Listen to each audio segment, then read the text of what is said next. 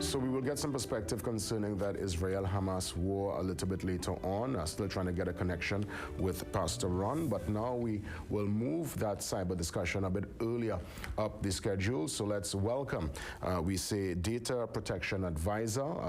We want to give thanks to Rishi Maharaj. He's here with us bright and early on the line so we can get into this very, very important discussion. Rishi, great to see you. Good morning. Hi, good morning, Jason. Good morning to all your viewers this morning. Yes, and good morning to you. Now, TAT described the developments and this breach as disturbing. They said they're disturbed. I wonder if many understand what's happening, if there should be major concern in and across the country. I understand 1.2 million of the citizens who live here, which is clearly the vast majority, our information is now on the dark web. We're talking the president, the CJ, Prime Minister, probably my information, your information, Richie, who knows? Exactly. Is this a serious cause for concern by the citizenry? I think it's definitely a cause for concern by the citizenry. I think we need to be aware that we live in a new age where these things will happen, breaches will happen. I mean, unfortunately, there's no organization is 100% secure.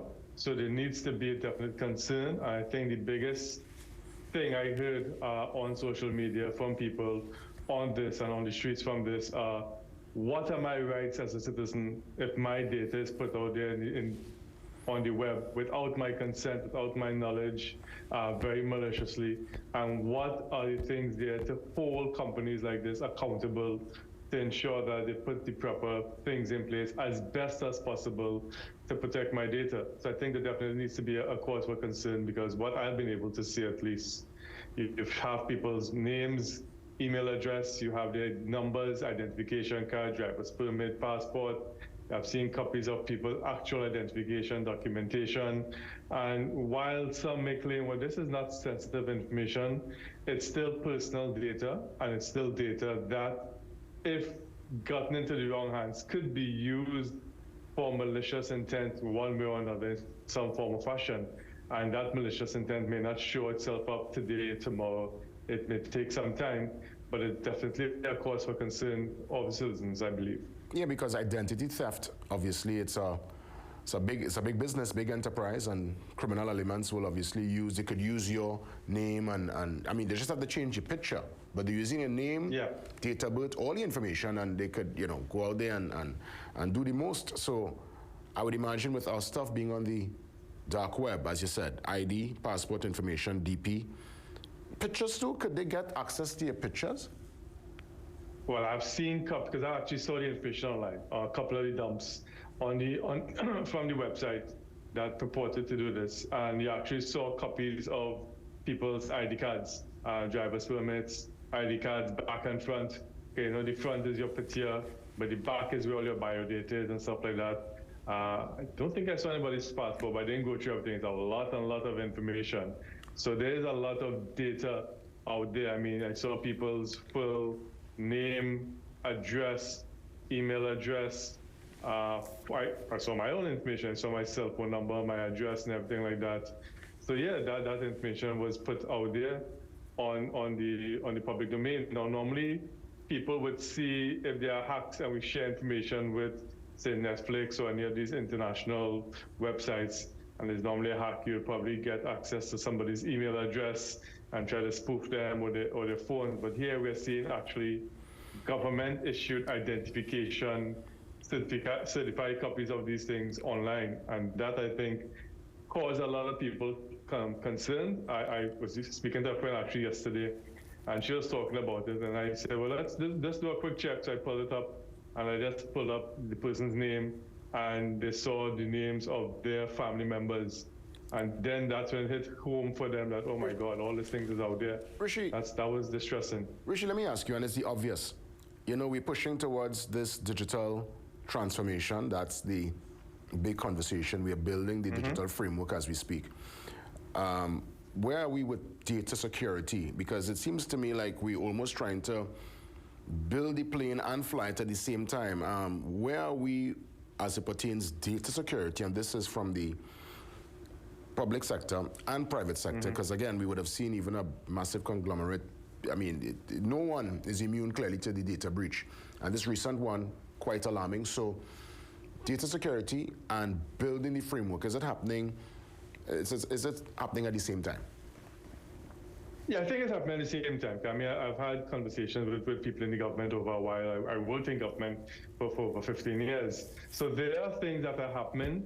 I think maybe people are concerned that things aren't happening at the pace they want to happen.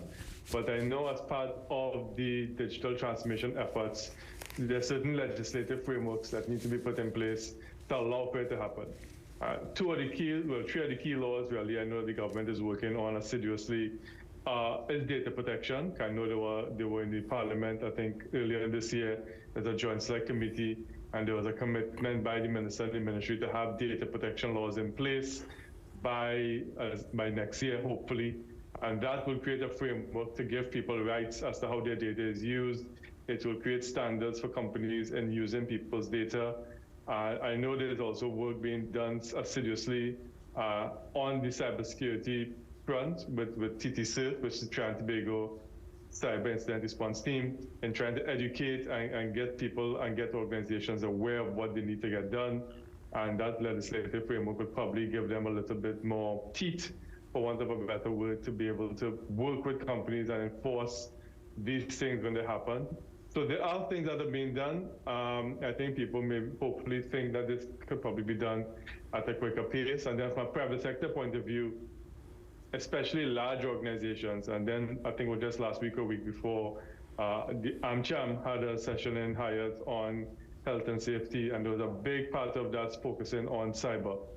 And companies, I think, especially large companies, are investing a lot of time and effort and monies on their cyber awareness, on building it out. But again, it's about risk, and it's about putting in not only having the cyber, the technology part inside, but the operational part inside. I think that's what really happened for TSTT here in this particular instance, is that, yes, you can have the best, but you can get breached. But the question now is, if it does happen to you, how do you respond? I think a lot of people were concerned with the response that was provided by TSTT. First, the denial, and then when it came out afterwards, when a lot of people went online and saw and started to post on social media, well, no, it's not really true. We are seeing these things. And then TSTT had to backtrack. You know, that initial response is very key in dealing with breaches, because if I use benchmarks and international laws, even in the region, Jamaica has their Data Protection Act, and Barbados. Once these things happen and your personal data is put out there, companies, both public and private, have to report to a regulator within 3 days that this happened. And they also have the law which states that you will also have to report to the individuals who have been affected by this. So I think, you know, once we get those legislative frameworks in place, hopefully quicker rather than later, then that will provide some kind of, you know, cover or protection for people when these things happen in the future. I want to end more or less the same way we started, as it pertains to those who are impacted in whatever way. At this point in time, you know, these cyber attacks are really I guess, against certain companies and entities, but as it pertains to individuals, yourself, myself, if our data is indeed breached, someone decides to use our identity, what's the recourse? What kind of action do you go through to get your identity back, to retain your rightful name and your information? Yeah, I think that's where we need to have the legal guidance in, because again, I don't think we have anything in place for that. What I would say is that I think people need to be wary now of this event, because things may happen, like I said, leading up in the next couple of months, 6 months, maybe a year. Be wary of emails that you get from anyone purporting to be TSTT or the bank, whoever it may be, that is urgently asking you to click on a particular link because something may happen, your phone may be disconnected, or your bank account may be stopped, or your card may be, you know, blocked or anything like that. Be very wary of those emails that try to force you to do things very quickly, because it's probably a phishing attack. You should probably look at your passwords and, you know, set up different ways to log into accounts. We have things called multi-factor authentication, where you log in, and then it sends a code to your email or your phone. So multiple ways to log in, besides just your email and your password. Update your apps and stuff like that. But I think that to go to your question, that is definitely a difficult process if people, are forged and there are new identities that are formed, because that is where I think the legal framework needs to put in place to provide some sort of protection, but also guidance as to the process that people need to go through. I think those are some of the things that are now missing in our laws, and hopefully, as the government builds out this digital transformation effort, we will see those laws coming into place, those policies that will provide people with, I would say, easy recourse to be able to reclaim their identity, because that is the one thing that we have and we own individually, is who we are as individuals. And they must have some sort of recourse for us to be able to do this. So I hope that as the government builds out this legislative framework, that there are things in place that allow us to be able to easily be able to prove who we are and to reclaim those things that are lost to us. So while we are building the legislative framework and building the data security capacity, one wonders, as we wrap things up, if no matter what kind of firewall, no matter what you put up, if these hackers could ultimately climb it, and if this is the new time and the new era we are in, where going forward until the kingdom come, cyber attacks will be something that we just have to treat with and deal with. Can we ever totally block and protect ourselves from such actions? No, we can't. It's impossible, especially now with AI and all the different things that AI allows not only good actors but bad actors to do. So it's going to be impossible. At the end of the day, it comes down to risk management, really and truly.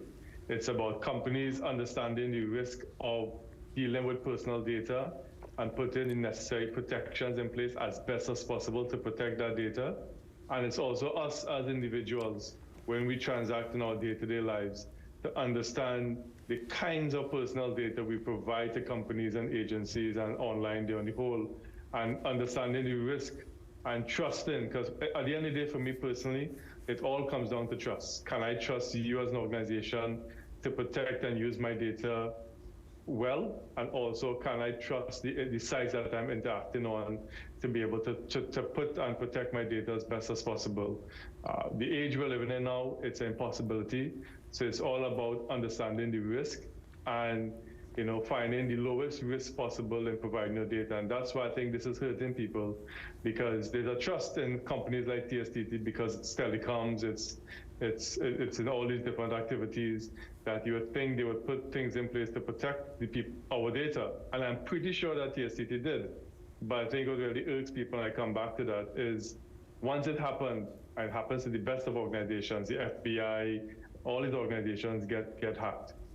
What's your response afterwards? And are you forthright and transparent in letting us know what went on and what's happening, so we can now put things in place to protect ourselves as best as possible? Any closing remarks as we wrap things up this morning? You have the final word. I think people have to be wary, again, of the personal data we put out there in the public domain. Be wary of companies that want to collect a whole bunch of data on you, and question, why do you need certain types of data for simple transactions? It's up to us to have that responsibility in how our data is used, because at the end of the day, it's our data, it's about us. The company doesn't own it. Well, so we need to be very wary. I would imagine a lot of companies, I know they want your email address so that they can shoot you all their promotional bulletins and any kind of special, some activation is coming up. So especially a lot of retail stores, you keep on getting all these updates. SMS messages and all these things, Yeah, but again, I understand what you're saying. Should we probably have more than one email address? Probably have about 3 or 4, and you rotate them? I just have one. I have two. I have my personal email address that I use to transact with friends, family, stuff like that. But I also have a dummy email. And that dummy email is used for sites that I go on, that, it has some sites that say, okay, you have to log on. You can log in with your Google, or you can, and so I use that dummy site with a dummy name and everything else, so that when I log on to that site, an email goes to that particular site, it doesn't come to my normal email. So I've kind of differentiated it in that way. So, that's a good advice for people. if they want to transact in this, will probably have two email addresses. One that's their personal one that they deal with, friends, family, or business and stuff like that, and then a dummy one that they can use. And again, Google doesn't verify your name, doesn't verify your date of birth. So I put up these dummy sites that even have my real date of birth or things like that on it. And that's used to transact and go online and sign up for sites and see what's going on. And whatever emails or spoof they may send is sent to that dummy email.